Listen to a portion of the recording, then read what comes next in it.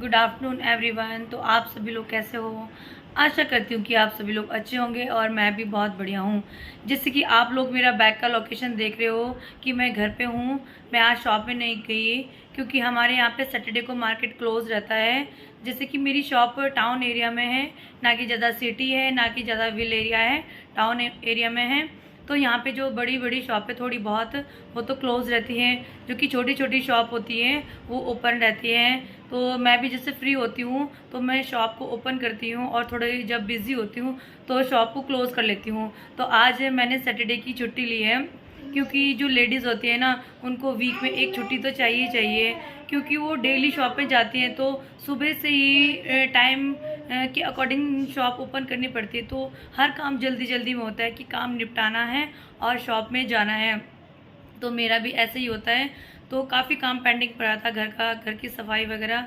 तो मैंने सोचा क्यों ना छुट्टी ली जाए आज की। तो मेरे हस्बैंड भी आए हैं छुट्टी में 2-3 दिन के लिए। तो मैंने कहा क्यों नहीं उनको भी टाइम दिया जाए, बच्चों को भी टाइम दिया जाए, क्योंकि क्या है ना, लेडीज़ को काम के साथ साथ अपनी फैमिली को भी टाइम देना बहुत ज़रूरी है।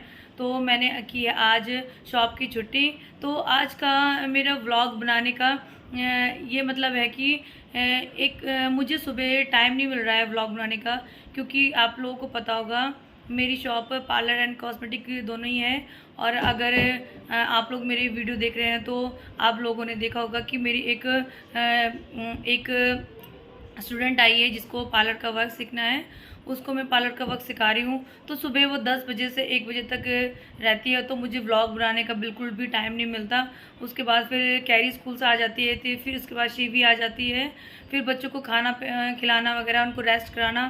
फिर शाम को मैं शॉप में जाती हूँ 5 बजे। शिवी ट्यूशन जाती है और कैरी मेरे साथ शॉप में जाती है।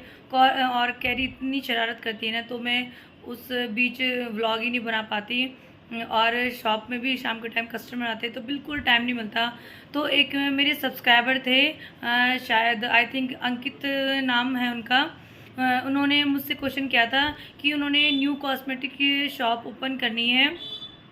तो वो पूछ रहे थे मुझसे कि कॉस्मेटिक शॉप ओपन में हमें कितना प्रॉफिट होता है, किस प्रोडक्ट में कितना प्रॉफिट होता है और हमारी शॉप किस एरिया में होनी चाहिए। तो आज मैं मिस्टर अमित जी के लिए ये स्पेशल व्लॉग घर पे ही बना रही हूँ, क्योंकि मुझे इस शॉप में टाइम नहीं मिल रहा था बिल्कुल, और काफ़ी दिन हो गया था उन्होंने ये क्वेश्चन किया हुआ। तो फिर मैंने सोचा आज घर पे बैठ के मैं उनको इस क्वेश्चन का जवाब दूँ। तो मैं बताती हूँ कि अमित जी को अपने उनके क्वेश्चन का आंसर। तो सबसे पहले अंकित जी, आपको अपनी शॉप मार्केट एरिया में ओपन करनी चाहिए, और जहाँ पे थोड़ी भीड़ भाड़ हो, लोग आते जाते रहें, जिससे कि आपकी शॉप बहुत अच्छी चलेगी। आपको सुनसान एरिया में शॉप नहीं ओपन करनी चाहिए, जहाँ पे लोग ही ना चलते हो वहाँ पे आपकी शॉप अच्छी नहीं चलेगी। और तो दूसरा क्वेश्चन है कि कॉस्मेटिक शॉप में कितना प्रॉफिट होता है। तो अगर प्रॉफिट की बात करी जाए तो जो कि डेली यूज़ प्रोडक्ट होते हैं, जैसे कि शैम्पू, क्रीम वगैरह, और जो भी हम डेली यूज़ करते हैं, फेस वॉश वगैरह, कॉस्मेटिक प्रोडक्ट होते हैं, उसमें आपको 10 से 20% का मार्जिन मिलेगा। और जो कि ज्वेलरी होगी और आर्टिफिशियल ज्वेलरी होगी, और जो भी बैंगल्स हो गए, नेल पेंट हो गए और लिपस्टिक हो गई, इसमें आप का काफ़ी मार्जिन है। जहाँ की ज्वेलरी की बात करी जाए तो आपको 100% मार्जिन भी है। और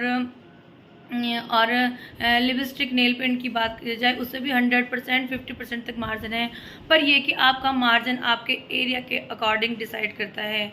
अगर आपका एरिया थोड़ा गांव एरिया में है तो आपको मार्जिन कम रखना पड़ेगा। स्टार्टिंग में तो आपको सारे प्रोडक्ट में ही कम मार्जिन रखना पड़ेगा, क्योंकि आपकी न्यू शॉप होगी। और अगर आप शुरू से ही महंगा दे दें तो आपकी शॉप नहीं चलेगी। आपको 6 महीने तक तो अपना मार्जिन कम रखना पड़ेगा। पहले आपको अपने कस्टमर बनाने पड़ेंगे। अगर आपके 6 महीने, साल भर कस्टमर बन जाते हैं, उसके अकॉर्डिंग आपको मार्केट का पता चल जाएगा। तो तब आपको अपना मार्जिन प्रोडक्ट के अकॉर्डिंग बढ़ाना पड़ेगा।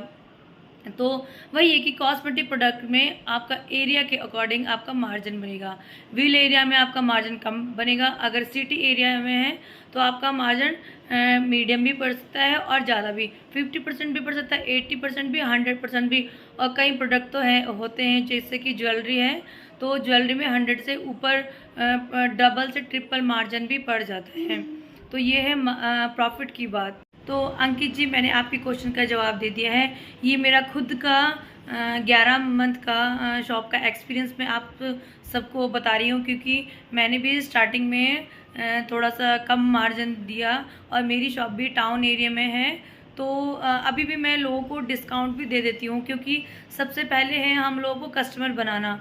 अगर हमारे कस्टमर बन जाए, मार्केट बन जाए, तो हमारा बिजनेस में काफ़ी प्रॉफिट होता है। जो भी न्यू कॉस्मेटिक शॉप ओपन करना चाहते हैं तो ये व्लॉग उन सभी लोगों के लिए बहुत ही यूज़फुल होगा, क्योंकि ये मैं खुद अपना एक्सपीरियंस आप सभी के साथ शेयर कर रही हूँ। अगर आप सभी को मेरा ये छोटा सा व्लॉग पसंद आता है तो प्लीज़ मेरे चैनल को लाइक कीजिए, शेयर कीजिए एंड सब्सक्राइब कीजिए। तो मिलते हैं नेक्स्ट व्लॉग पे। Okay, bye bye.